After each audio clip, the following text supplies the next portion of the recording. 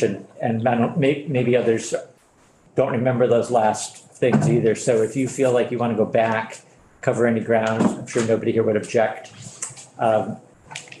We don't have anything else scheduled this afternoon, so, but we respect that you have time constraints possibly as well. So we've got you here till 3. And if you need to jump off right at 3, you should certainly let us know. Otherwise, we might be asking you questions all day. So I don't have a hard stop at 3 o'clock, so we can continue on until all your questions are answered. So for the record, Rosie Kruger, I'm the State Director of Child Nutrition Programs at the Agency of Education. And when we were interrupted last week, I was kind of giving you an overview of our report on how the implementation of universal school meals has gone so far. The section that I was talking about at that point was around independent schools. And I can kind of get into depth there. I realize that's not really the purview of this committee, so I'm happy to kind of give you that background. But before we were doing a joint meeting with House Education, and I think they were a little bit more interested in that part of things.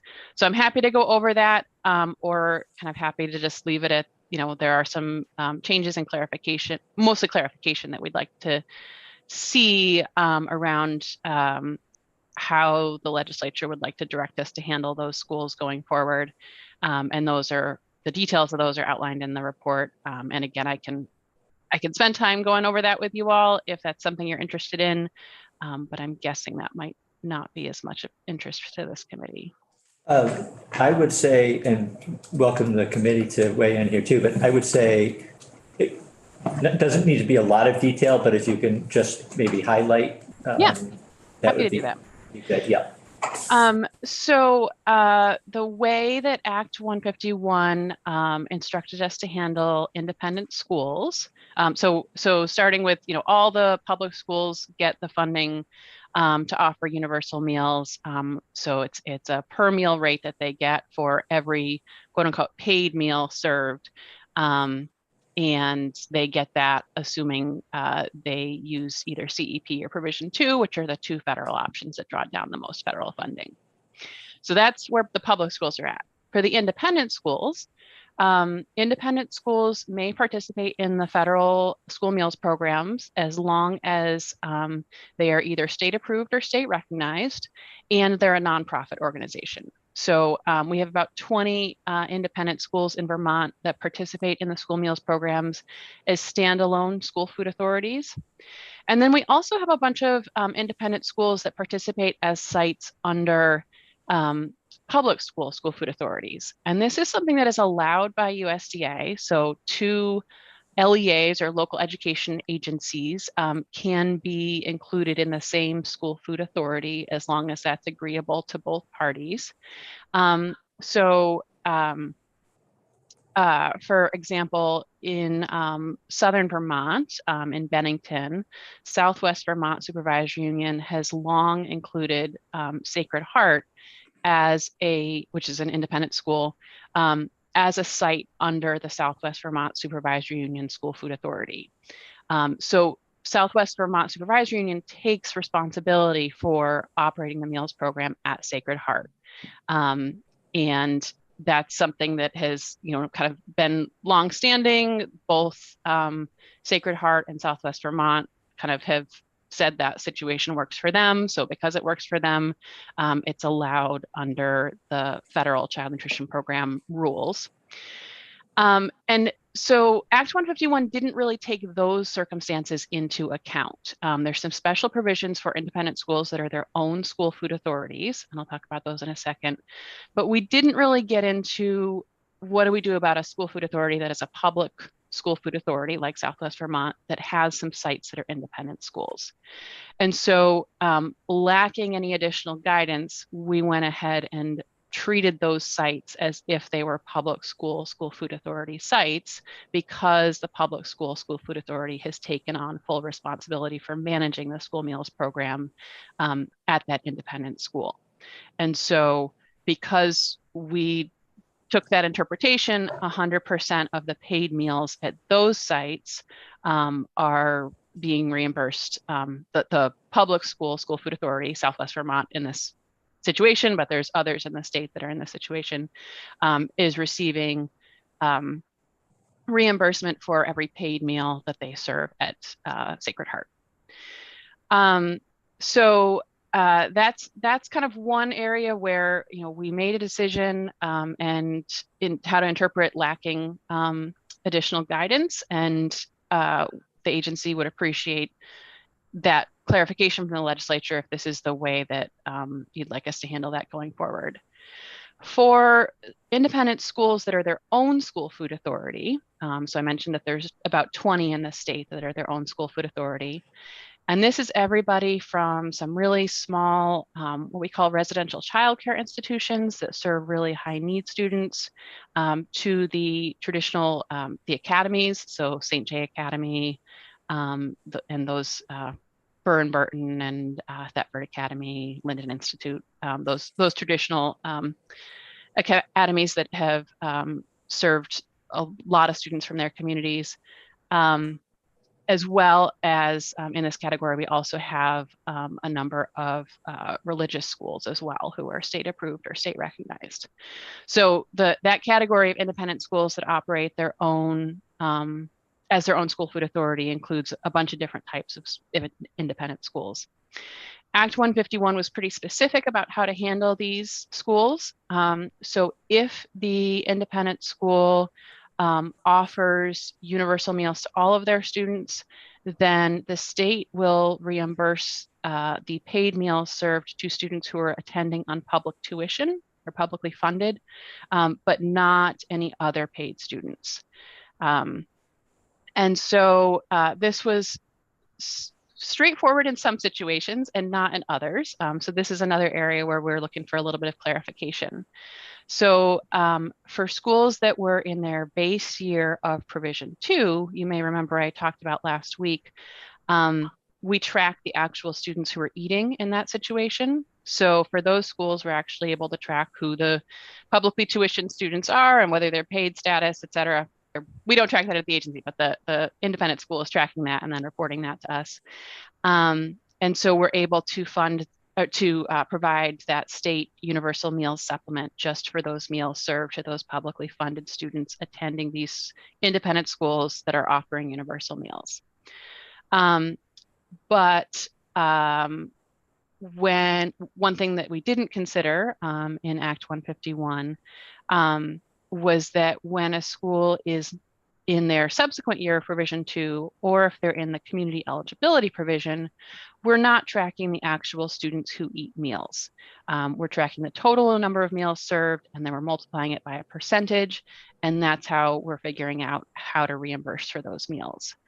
And so the agency came up with a solution for funding the meals at independent schools in those situations, which was to ask the independent school to tell us the number of publicly funded students they have and the total number of students they have, calculate a percentage of publicly funded students, and then multiply that by the paid student percentage. And that's the number of meals that we're serving. That seems like a fairly straightforward and, you know, a solution that kind of gets at what you were originally trying to accomplish here, but it's not explicitly outlined in Act 151. And so we've just requested that if you choose to go forward with that model of only funding some of the meals at independent schools, that you clarify that that's the appropriate solution for that situation when a school's in a subsequent year of Provision 2 or operating CEP, or if there's something else you'd like us to do to clarify that. Okay, good. Rosie, I'll just ask you to pause there and see if there are questions about what we've heard so far. It sounds like, okay, Representative O'Brien. It's not so much on independent schools, Rosie, but it made me think, can homeschoolers access universal school meals? No. So the students, according to the federal regulations, the students need to be enrolled or part of the school food authority in order to access the meals. So generally home study students aren't eligible. The exception is if the home study student is taking a class at a public school or at any of these schools offering the meals program. In that case, that fact that they're taking a class gives the school food authority enough wiggle room to be able to consider them enrolled in the school meals program and offer a meal to them. But a home study student can't just come in off the street and access the meals there. And that's different than how it was during COVID. We had a lot of flexibility during COVID. We were basically operating open meal sites where any child 18 and under could access the meals. But that was only allowed because we were operating the summer food service program during an emergency situation, during an unexpected school closure. And that's what allowed us to do that. The federal regs don't normally give us that flexibility. Sports, do they count as a class? What was that? Sports, if I had homeschool kids who played soccer for a, traditional school. I mean, we really rely on the schools to tell us who's considered to be enrolled.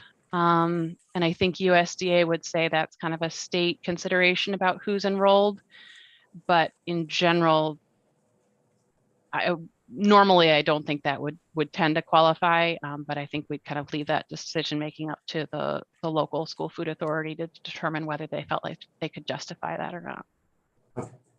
Thank you. Rosie, school food authorities are a federal designation? Yeah, that's the entity that's responsible for implementing the school meals program. For public schools, the school food authority is the supervisory union. And you mentioned that there were 20 independent schools that acted as their own school food authorities. Are there, and then other independent schools that work cooperatively with supervisory unions to be part of the same authority? Are there any independent schools in the state that don't have a designation, and they're either of those two? Yeah. So there are many independent schools that don't operate the school meals programs at all. And state law requires that the public schools operate it. It does not require that the independent schools operate it. But the federal law allows those independent schools to operate the program if they are, again, state recognized or state approved and nonprofit. So we have a number of independent schools that have chosen not to operate the program. And then there are a few, I believe, that aren't eligible because they're for-profit. And the ones that choose not to, that are eligible but choose not to, either because they're very small perhaps, or they don't have the space, their students bring lunch presumably to school, but are not provided with a lunch at all? It depends. So I think, I'm not super familiar with these situations simply because they're not participating in our program. So we're not in there. But my impression is that in some cases, it's a really tiny school. And so the kids are bringing meals from home.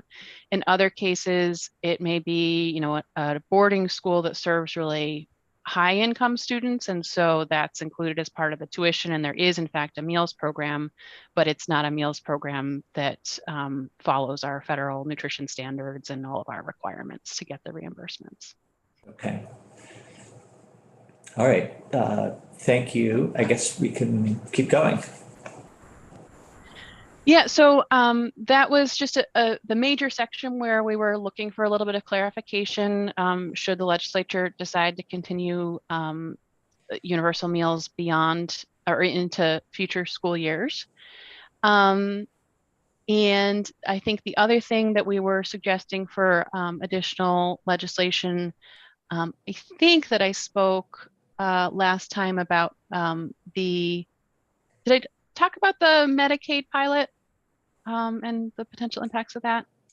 You mentioned it, yes. Yeah. Okay.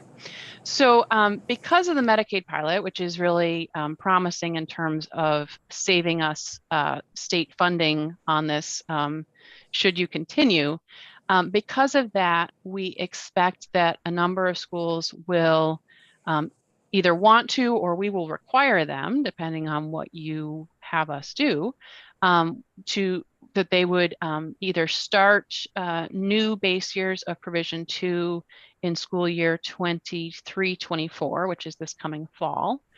And that would be because we'd have new data making a whole bunch more students eligible for free and reduced meals at that time. And in addition to that, starting in school year 24-25, which would be the next fall, we'd have a lot of additional schools that would be eligible to start new cycles of CEP because you'd have newly directly certified students. Just based on when CEP cycles start, we wouldn't be able to use all that new direct certification information until for CEP until school year 24-25. So we at the agency, we pushed off a bunch of our federally required administrative reviews this year in order to accomplish all of the kind of one-time, quote unquote, one-time audit work required for all these cycles to start for Provision 2 and CEP. So we got a waiver from USDA to extend our audit cycle for the schools. And we pushed off a bunch of those reviews to next year so that we could do all of the universal meals audit work this year with existing staff. However, if we're starting new base years of Provision 2 next year and a bunch of new cycles of CEP in the following year, it's not actually going to be one-time work. It's going to be, I'm going to need additional staff hours this coming fall and then the following fall or summer in order to redo all of that work to draw down more federal funding.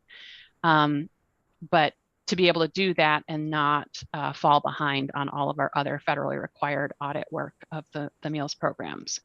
So we've drawn your attention to that in the report as well, that if this is something you're looking at long-term, there's some additional staffing needs at the agency for those 2 time periods.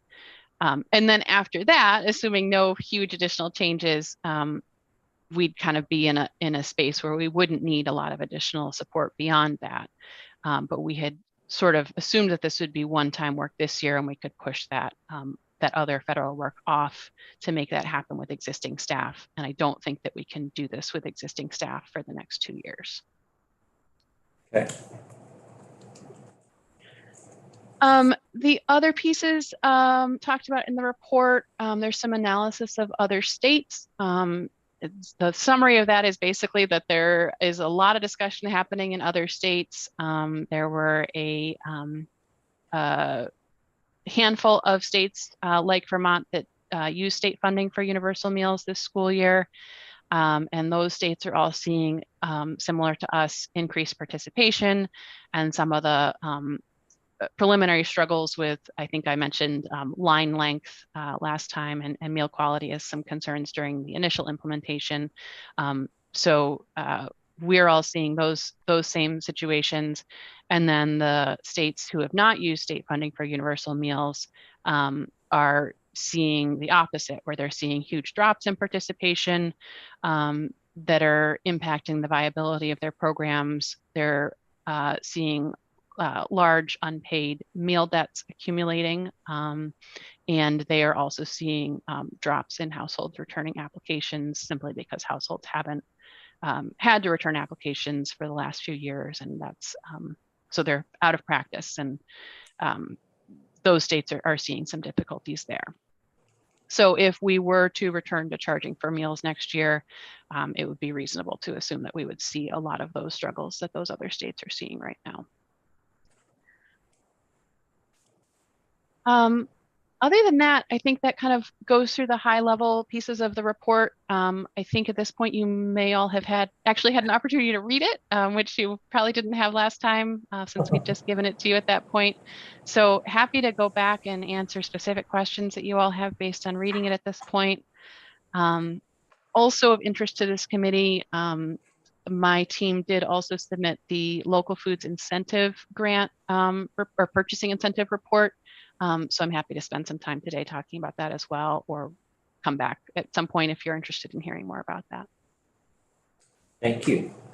As far as this report goes, Representative Pro? I just had a general question about in times of like not currently when there's a universal what is the process if a child has an account at a school, they're paying for their lunch essentially, and there's no money on that account, and they want a meal or they get, or is a child ever rejected a meal because Yeah, there's no? it's a good question. So USDA requires that every school food authority have a meal charge policy that says what they're going to do in those situations. So we have a template meal charge policy at the state level that we kind of have pre-filled with all the best practices for what you do in that situation. And we ask, and schools use that depending on their needs and what's appropriate. They modify it. So you definitely, I'm sure, have heard news stories from other states about students having a meal taken away from them or being denied being able to go through the line. I've never seen a Vermont program take a meal away from a child. That's really not something we've encountered here. Much more likely is that the school is just accumulating that unpaid debt. So they're continuing to serve the child and they're accumulating that debt and continuing to try and collect it from the household. So calling parents and sending bills home. They may take the step of sending it to collections. That's a pretty extreme step, but they may take that at some point. And then at some point they declare that debt bad debt, uncollectible. And at that point, they have to use the school's general fund or another source of funds to make up that loss. So the school food, the nonprofit school food service account can't absorb that loss. It's got to be paid for, they've got to be made whole from some other source of funds. And that's because I think I mentioned this last time, you can't use the free and reduced funds that you're getting from the federal government to subsidize paid meals. So this would be an example of that if you were to just kind of absorb that cost in the nonprofit school food service account. Other questions?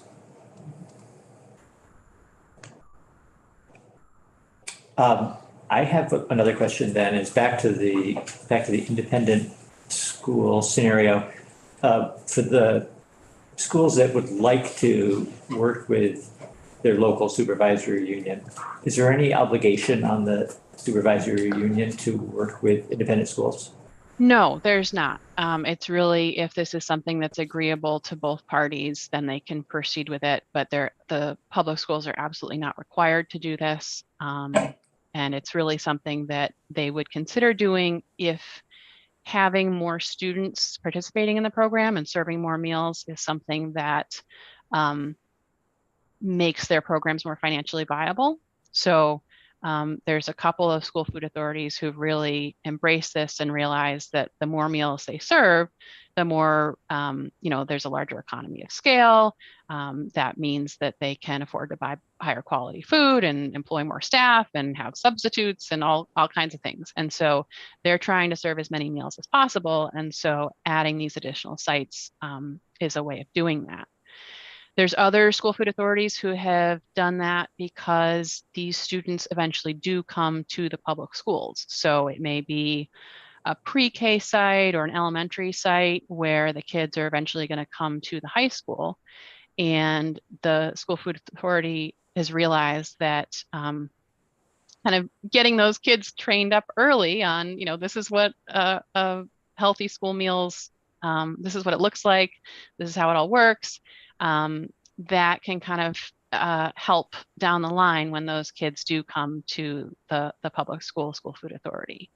So those are two reasons that a public school might decide to take those sites on, in addition to just kind of understanding that nutrition in their community might be part of their larger goal, mission.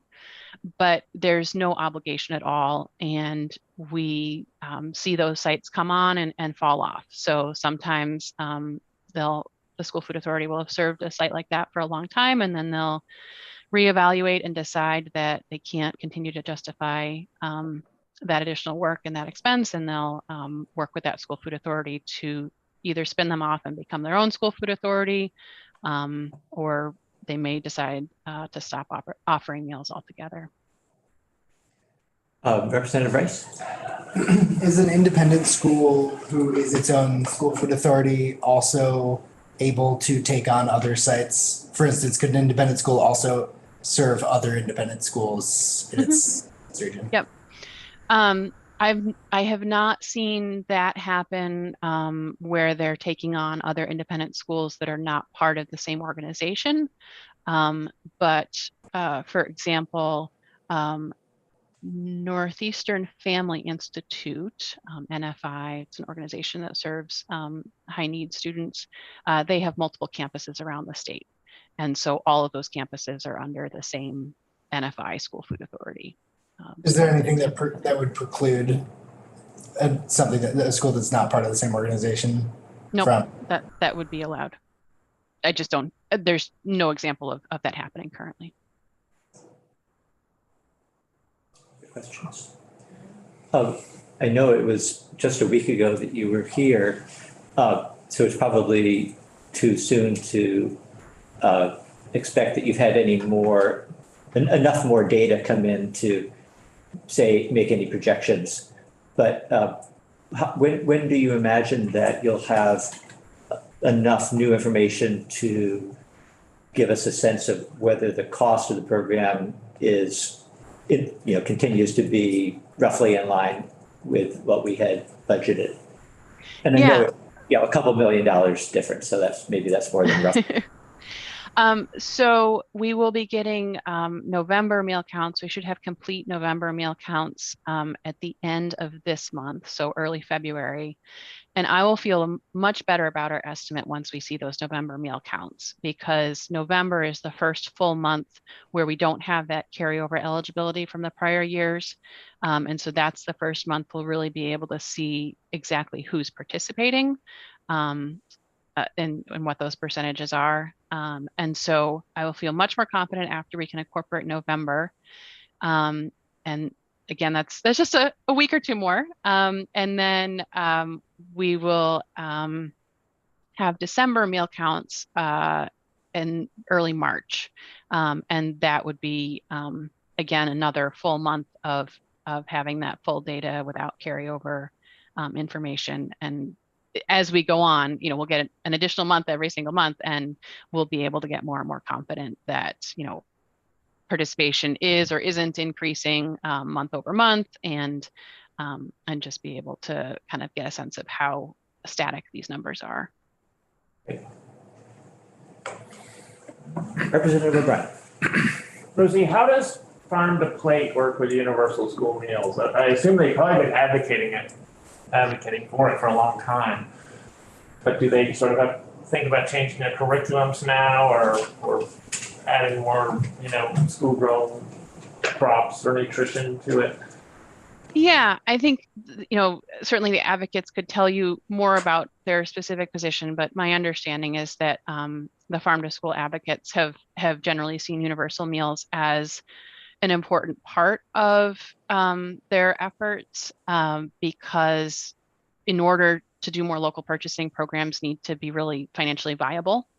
And the idea, is that universal meals means more students are eating, we're drawing down more funding, you have lower per plate costs because you've got economies of scale, and that savings can go into local purchasing. And so they've generally been very supportive. Now, something for you all to think about is, we do have this local foods incentive, which provides additional funding per plate if schools meet a certain threshold of local purchasing. All of the estimates of the cost of that program were based on our pre-universal meals meal counts. So if meal counts increase substantially, we may be in a position where the amount you've appropriated per year doesn't cover the cost, or doesn't cover the full grant that schools would be eligible for. The local foods incentive does allow us to prorate the grant if we don't have enough appropriated funding. So there's nothing you actively have to do in order to,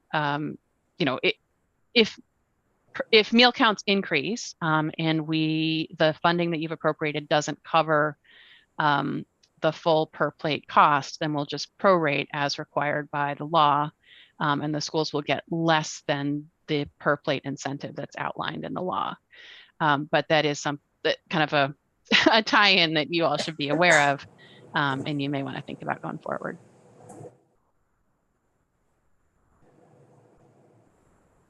Okay, well, I'm not seeing any other questions. You did mention another report, Rosie, and which I will say personally, I haven't looked at that one. We did have a brief presentation by Legislative Council going through each of the reports, so I think we're technically aware that it's there. But if there's anything you'd like to say, knowing that maybe some of us haven't looked at it carefully, maybe just give us something to think about, and then we could look at it and then have you back in. Yeah, sure. So this is a report on that grant that I was just talking about, which is the local foods incentive. And that grant was new a few years ago. It predates Universal Meals. And the way that that grant is structured is that there is a base year grant and then a subsequent year grant. And so in the base year, this is available to all public school food authorities. It's not available to the independent schools. So in the base year, the requirements are pretty easy to achieve.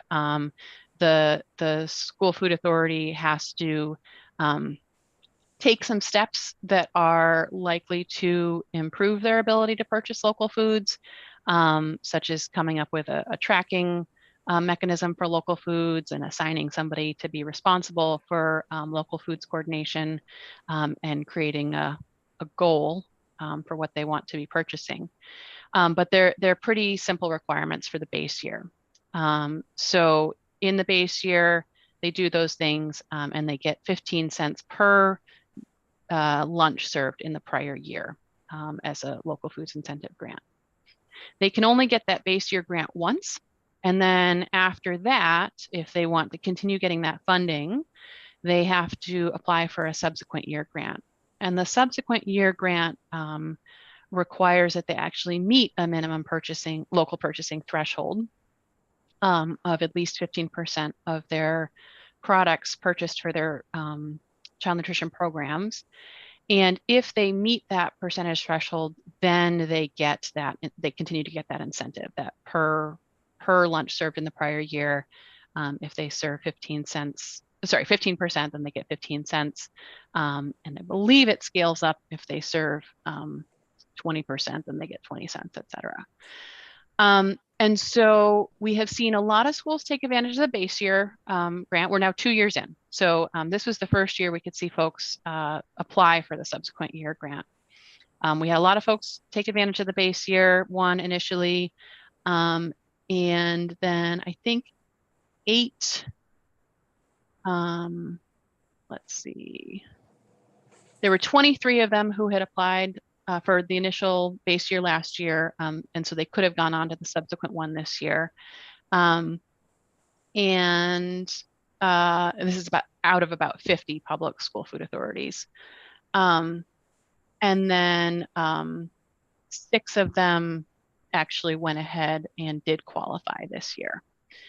8 of them applied and 6 qualified. So 2 applied and didn't qualify. So we did see quite a few, we lost quite a few folks when we went from those kind of easy base year requirements to the subsequent year requirements. And I will say that the subsequent year is audited. That's a requirement that my team audits that. And so we have yet to actually start the audit process. We've notified folks that they'll be audited, but we haven't actually started that. It's possible that we could lose a few of those 6 school food authorities who qualified when we do that audit. But the idea is that it's meant to be harder in order to actually incentivize change in purchasing habits. So all of those numbers are in the report. The percentage of local purchasing that's happening, the amount of the awards, that's all in the report. So if you want to see your specific school food authority, you can take a look at that. We do still have a number of SFAs who haven't applied for the baseline year grant. They continue to be eligible. So we may see folks take advantage of that at some point. This year, we did not exceed the appropriation, so $500,000 is appropriated annually. And I think we're going to be at a total of $339,000 for this school year, assuming that all those 6 who appear to have qualified for the subsequent year grant actually pass their audits. But like I mentioned, if we see meal counts go up substantially in future years, and potentially if more SFAs move through this process and increase their local purchasing and become eligible, we could be in a position where we have to start prorating those grant amounts because the 500,000 is not adequate. Representative Rice. Do you have any feedback to share on that drop off from the 23 in the baseline year to 6, and sort of why it wasn't possible for those other school food authorities to move forward? I mean, it's a tough threshold to achieve. You have to be really dedicated about it. And I think the school food authorities who did achieve it are ones that really have made local purchasing a huge priority. You have to have a really financially viable program, because it does tend to cost some additional funding in order to make these local purchases. The idea was that they'd take that that base year funding and use that to make those local purchases that would then qualify them for subsequent years. But I think, school food service programs were under a lot of stress over the past couple of years. And this was kind of an optional thing. And so when they were looking at all of the mandatory things, this got kind of pushed to the side because they had to do what was absolutely required of them to feed the kids. So I think there is still interest from some of those folks. Certainly the 2 that applied and didn't make it, both of those school food authorities have expressed interest in qualifying again. We offered them the opportunity to go through a practice audit this year, and they've taken us up on that opportunity because they want to improve and make sure that when they apply next year, they can qualify. But this has always been sort of an optional thing. And so I think school food authorities where staffing is really an issue, this has kind of just gone to the side while they deal with all those fires. And then just to follow up, you spoke to it a little bit, but is there discussion of sort of a path to really making sure that we keep reaching out to those 17 or whatever who showed that initial interest but have dropped off for any number of the reasons that, trying to make sure that they stay involved in the process and perhaps rejoin the program moving forward? Yeah, so I would say that's kind of a collaboration between AOE and the farm to school partners that we work with. And this grant program has definitely been really collaborative. We're really relying on some work. I should say that part of that whole kind of tracking and auditing relies on the producer attesting that they have met the requirements, because the requirements for what is considered local are pretty strict. We're using the as required by the law, we're using the Vermont local definition of the Agency of Ag definition. And so that can be a little bit confusing. So the producer has to attest that they meet those requirements. Vermont Feed is tracking the producers that have attested to meeting those requirements. So that's some partnership that's happening there. We do trainings on this at our Summer Institute training in August for school food authorities. And we send out a memo. I want to say every year, but of course it's just been going on for 2 years. So we've sent out a memo every year when they're allowed to apply and kind of outlined what the requirements are. And certainly if folks asked us, we would provide technical assistance. That's kind of the level of support that we're able and planning to provide at this point. But if there's something else that you'd like us to be doing, we can definitely work on that. But again, right now, this has been presented to the SFAs as sort of an optional thing. If you do this thing, then you get the additional funding, but it's not required. And so that's what folks are thinking about when they're deciding what their priorities are.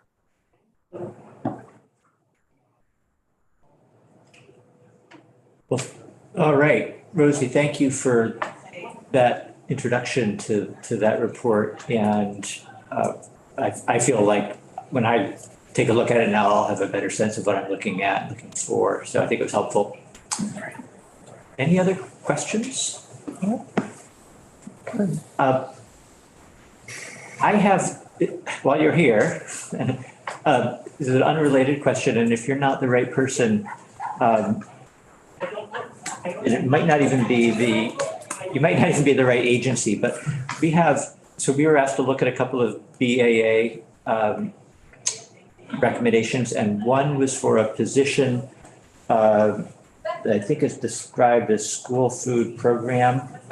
I know when you were in the other day, school food program administration, and this is $50,000 plus to return essentially to the general fund. I think it wasn't spent.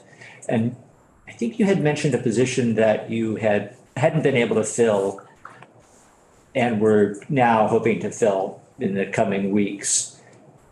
It occurred to me there might be a connection, but if it's not ringing a bell. Yeah, so I'm not familiar with that. I certainly can bring it back to the agency and figure out. There's a couple of different things that it could be. One is that there was in the universal, not in the universal meals bill, but kind of along with universal meals, there was a lot of discussion about the household income form. And that's actually not on my team. It's specifically outside of child nutrition programs because that household income form is not required for the child nutrition programs. And we're kind of backfilling that data because child nutrition programs is not collecting it anymore. There was some difficulty hiring for one of those two positions there, and the agency is, I think, currently working on hiring that second position right now. That might be. I do have a position that I'm about to fill. I just had a candidate accepted today, but that was a kind of a long-standing position and a vacancy of a few weeks. So I doubt that's what's covered there. But Okay. certainly I can bring it back to our finance folks and ask them to come back to you if there's something specifically there. Okay, good. Yeah, if you wouldn't mind. And if nobody seems to know what it's about, or if you run into any trouble, just let me know, and we'll look elsewhere. Great. All right. Well, thank you very much. And I think we're all done. Feel free to reach out as you have more questions as you delve into this. Happy to help out in understanding. It's complicated. All right. Thank you. Take care. Thank you. Thank you. Thank you. We had committee, we can stay around and just follow up if you've got questions from either what we've just talked about or from the earlier conversation we had with the folks from the Natural Resources Board. A lot to digest in one short afternoon or half an afternoon even. On the Act 250 work NRB did, were they sort of came up, it seemed like we got to the same point we did, like these are really complicated issues, but are they sort of throwing it back at us now to figure them out, or will they have like more of those recommendations of like this is what we propose on principally produced, for example, like a real definition then. Right, yeah. I think the former. So I think the report doesn't have any, the recommendation, there are recommendations, but they are not that specific or discrete or whatever word you might use. Yeah. But it's more on the order of this is something that needs to be fixed. So, yeah. Okay. So what process then do we undertake to fulfill that empty question? So, right, that's is sort of the big question. And we don't have a bill in front of us. We may have a bill at some point that gives us an opportunity to delve in and think about answering that question. And if we weren't to get such a bill, then we might collectively decide that it was something important enough that we wanted to put into, our own bill that tried to clarify some of that. So we'll, I don't know that we've got anything else on our agenda this week, but I imagine next week we will. But did you have, other than that, did you have reactions? No, because like John's saying, I mean, they had questions that they couldn't answer and they were kind of deferring to us, it felt like. And I guess we kind of can suggest something in legislation is what you're saying. Yeah, I think that there were questions where there are uncertainties in what possibly and what, the current situation is. And then what would be helpful, all right, well, that's a policy decision and that, we can weigh in on if we choose to. Or we could choose not to and let it continue to be somewhat ambiguous and vague and yeah. David, was on their last slide when they had 3 options. And I personally commented, not speaking for the committee, that I preferred C or B over the status quo. Was that appropriate to give them some feedback? That was where they were really asking, you like it the way it is, you want to make some changes? Yeah. So I don't want to be inappropriate, but they were asking for. I think that it's, as we're saying here, really going to be up to us to figure out if by not doing anything, we're using option A, I guess, Right. the status quo. I think the feedback is probably most appropriately directed to the committee here. This. Yeah. I mean, on that point, when Charles asked early on the Act 250 session, if an orchard down the road or out of the next town over supplies 60% of the fruit to make the cider or pies, whatever, but it didn't come from their farm, is that acceptable? No, under the current language, but in another section or from another farm, and it took out the 50%, that would allow for this sort of cooperative pooling of farm-grown product. It's very complicated. I mean, I was thinking about the livestock. Livestock coming from Argentina that ends up that maybe Rodney was talking about, or someone was, with grass-fed beef that are raised and grazed in Argentina and get shipped to the US, but finished off at a farm. And does that count? Right. I would think it does, because if you own the cattle, they're yours, and it's on your farm. That was. You have to raise them from birth. From I mean, birth that's what I and do. seedlings on to make it count for. Let's hear from Representative Graham may have an So- answer. This may seem like a simple solution, but you will get pushback from municipal planners, zoning, BLTC. They don't like it. They don't like what? Go back and, The accessory on farm at all. really? So, unless they've changed their mind. But, I mean, you have to consider that to draw balance. And I would say the question about animals, the law kind of says, predominantly produced on your farm. Okay. So buying an animal from somewhere else and selling it as your animal, it's not really raised, produced on your farm. So that's where you can get into. It's like an auction house. Representative Pearl. I think for context, it's important to understand that there are answers to the questions that we're looking for. Right. And they would have to be decided in case law as a precedent, like there, so we're asking all the questions of, we're like, so what about this? Like, does this work? Does that work? And the answer is there isn't an answer. And Right. they've outlined, at least in my interpretation, they've outlined that is a struggle. It's a struggle for both the agency and natural resources and for us. So, and I think the reason, at least from the discussions we've had in this committee, the reason that there isn't an answer is because we haven't figured one out. Like, because it's so complicated, and there has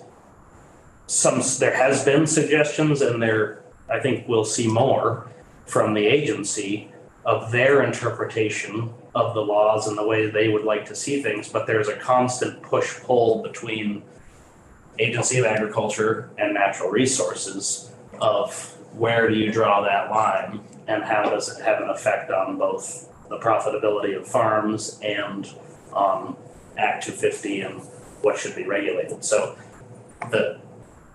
we're kind of circling around here, but from what I understand and the discussions we've had in the past is there isn't an answer. That's our job. Like, if we can come up with those, I don't know that in the past we haven't really been able to figure it out because it's so complicated, but some clarity would be certainly nice, and maybe the new faces in this committee have the answers. That would be perfect. John and then Dave. Well, I was just thinking, Henry, I mean, it makes almost the most sense as a committee, if we could come up with the policy we all agree on and work backwards from there, because it's just like these countless examples that just mix everything up, and I mean, we could spend a whole week just thinking, like, okay, here's an example of, that is this accessory on farm business? You fix your tractors, but you do one job for the neighbor. All of a sudden, you have to go through an Act 250 permitting process? It doesn't make sense. But by rule, there is violation there. This is a fairly new problem, or I don't know if I would call it a problem, but it's with the farms, accessory on farm businesses is kind of a new thing. It used to be like, you were dairy and you sold dairy, and so now so there hasn't been any case law or descriptions or definitions before this because they were never needed, and so it's kind of new territory. Dave and then Mike. Yeah, I mean, we have one example in my district of a farm in the middle of town that's creating a nuisance to the neighbors. And the question is, are they a farm? Is it an accessory farm business? Is there even a farm to have an accessory business of? They bring in animals temporarily. There are feeding farms where you bring on young animals and you feed them to weight and then you sell them. That's a farm, traditionally speaking, I guess. But when he brings these animals onto farm, they're not there very long and then they go. So he is feeding them. Are they putting on weight? If they are, very little. And then it's just, it's kind of like a depot for animals to like hang out at between point A and point B. He's the middleman. So it's more like an auction house. And in the meantime, all the neighbors are complaining about smell and sound, and he's abusive with the animals. And so like these questions are really important to the municipalities in my district anyway, because they want to mitigate this problem. And like it's here where we'll decide that, it seems. I have a question for Roger. Okay, before you do, was somebody else in the queue here, Mike? Yeah, I was just gonna ask if the previous discussions have looked at what's going on in other states at all. If you've sort of looked at other states to see what they have come up with, or if they've come up with.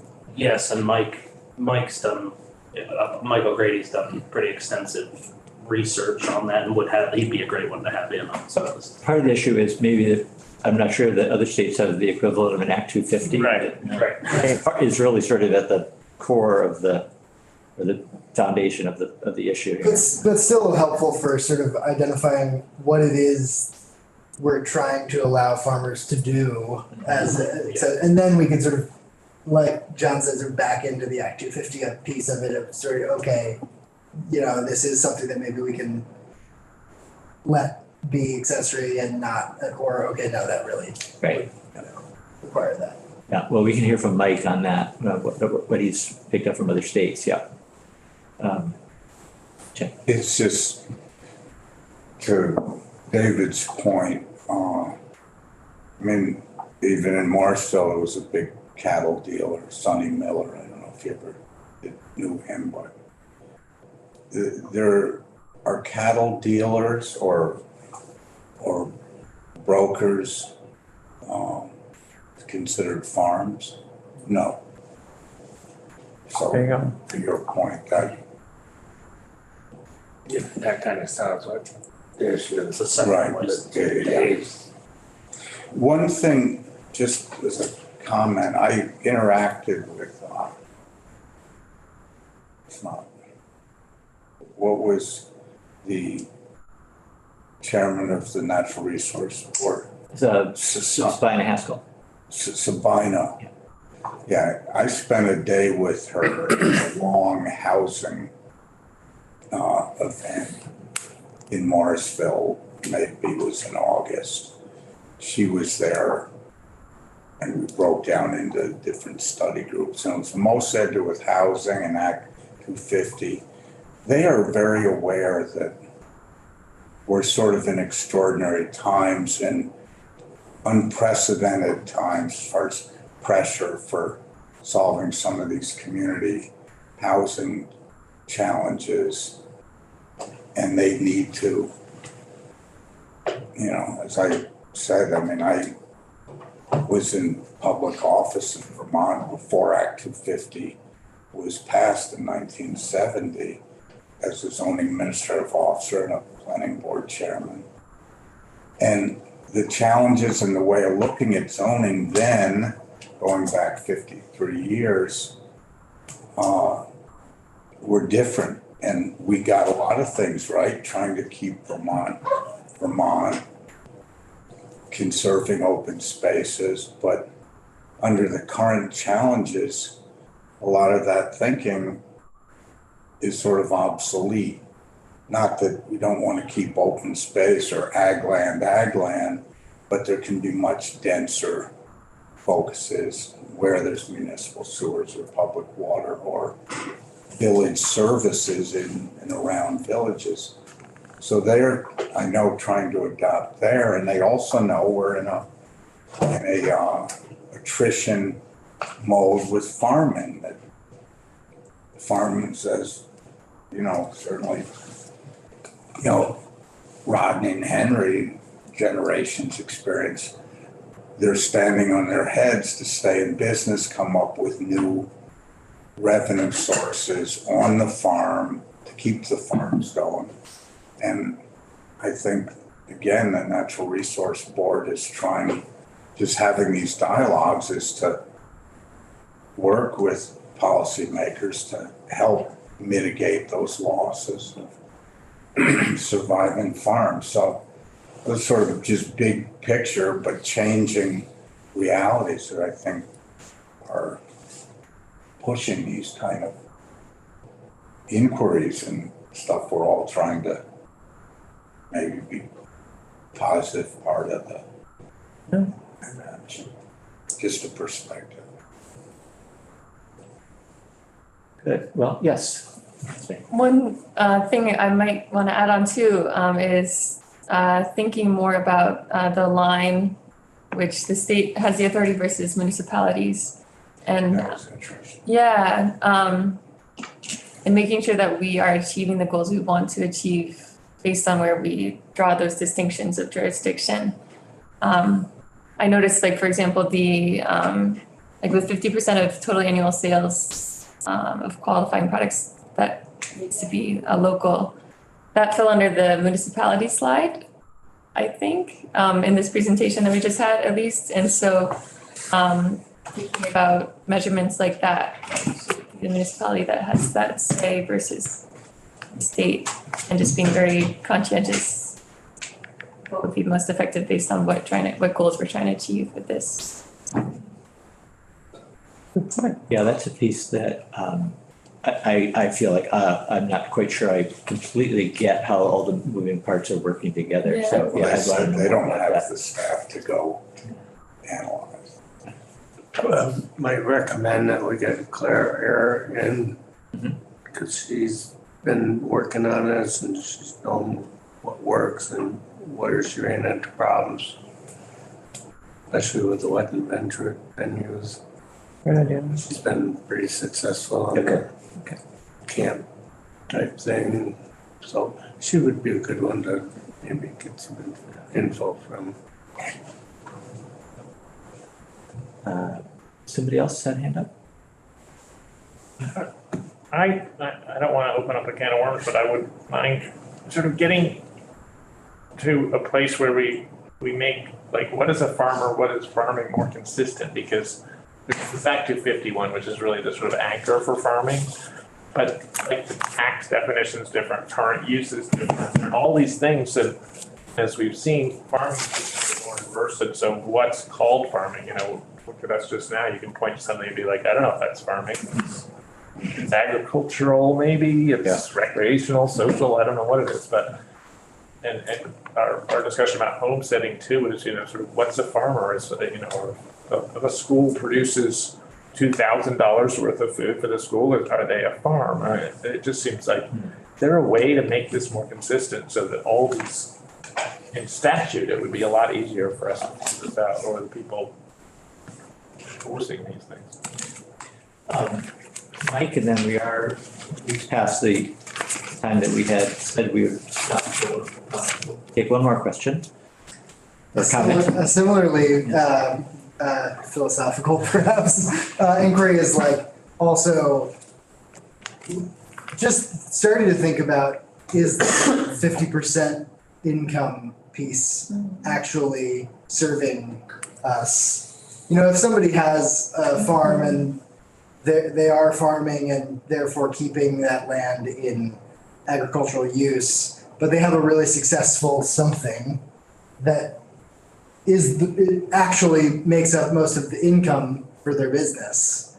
75% and 25% is growing organic veggies and selling them out of a farm standard or as a CSA. Is that something we want to restrict, or is that something that's valuable in helping to keep that agricultural land? It depends on what the practices are. It depends on a lot of things. Yeah. It's something to think about and not sort of just be held to that 50% as law. And it certainly happens all the time in all our towns. Right. Yep, very good. Okay, well, let's leave that conversation there for now. We will pick it up again another day. Thanks, everybody. Can I just remind you all